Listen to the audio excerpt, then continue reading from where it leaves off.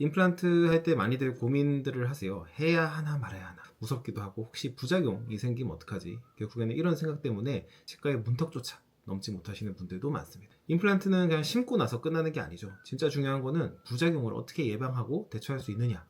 그래서 오늘은 임플란트 하실 때 꼭 아셔야 될 치명적인 부작용 4가지, 그리고 환자분들이 자주 물어보시는 궁금증까지 Q&A로 풀어드리도록 하겠습니다. 끝까지 보시면은 임플란트를 할지 말지, 그리고 어떤 병원을 선택해야 될지 이런 부분들을 판단하는 현명한 기준을 갖게 되실 겁니다. 첫 번째 부작용, 감염과 임플란트 주위염이에요.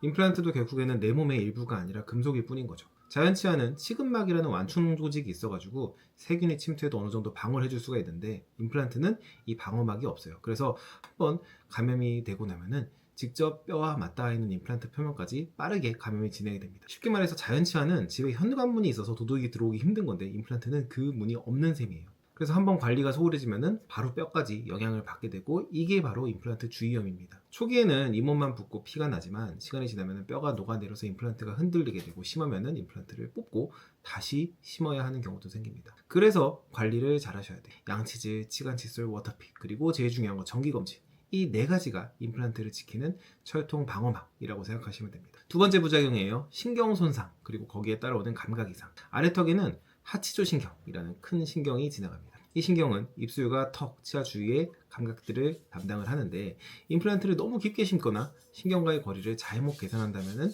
이 신경을 건드리거나 압박할 수 있겠죠. 그러면은 어떤 느낌이 오느냐? 마치 주사가 안 풀린 것 같아요. 밥풀이 떨어져도 못 느끼겠어요. 턱이 저릿저릿해요. 이런 증상이 오래 지속되면 당연히 일상생활이 많이 불편하십니다. 그래서 임플란트 수술을 하실 때는 특히 아래턱이라면 꼭 CT 촬영을 하셔야 돼요.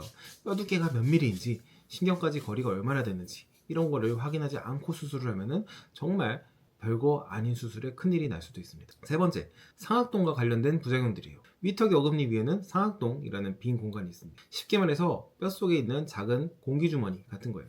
문제는 위턱뼈가 얇은 사람들이 너무 많다는 거죠. 여기에 무리해서 임플란트를 심게 되면은 이 풍선이 터지는 것처럼 상악동이 뚫려버리거나 임플란트가 그 안으로 들어가 버릴 수도 있겠죠.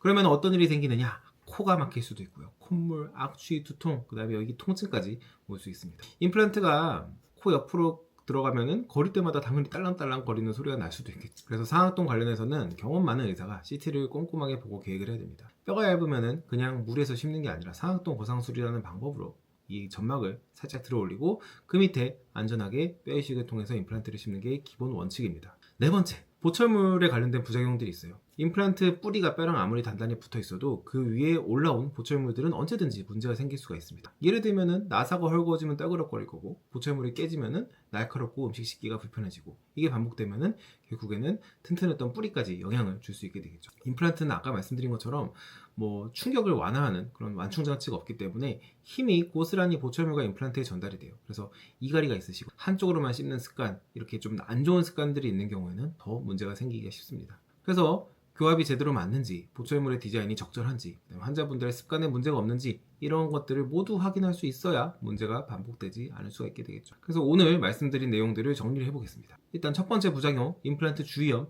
임플란트의 최대 적이에요. 하지만 관리를 잘 하시면 됩니다. 임플란트의 부작용 두 번째, 신경 손상. 그냥 CT를 확인하고 수술을 잘 하시면 돼요.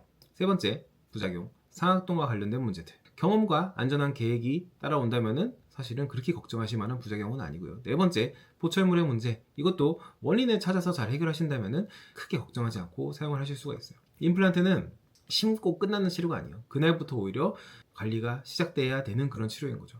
저는 임플란트를 집 짓기에 많이 비유를 하는데요. 아무리 좋은 재료를 써도 설계, 시공, 관리까지 모든 파트가 제대로 돼야지 오래 갈 수가 있습니다. 임플란트 때문에 고민이 되신다면 댓글을 남겨주세요. 제가 직접 답변 드리거나 아니면은 그 내용을 다음 영상에서 다뤄드리도록 하겠습니다. 오늘 영상이 여러분들의 불안을 해소하는데 조금이라도 도움이 되셨다면 구독과 좋아요 부탁드리겠습니다.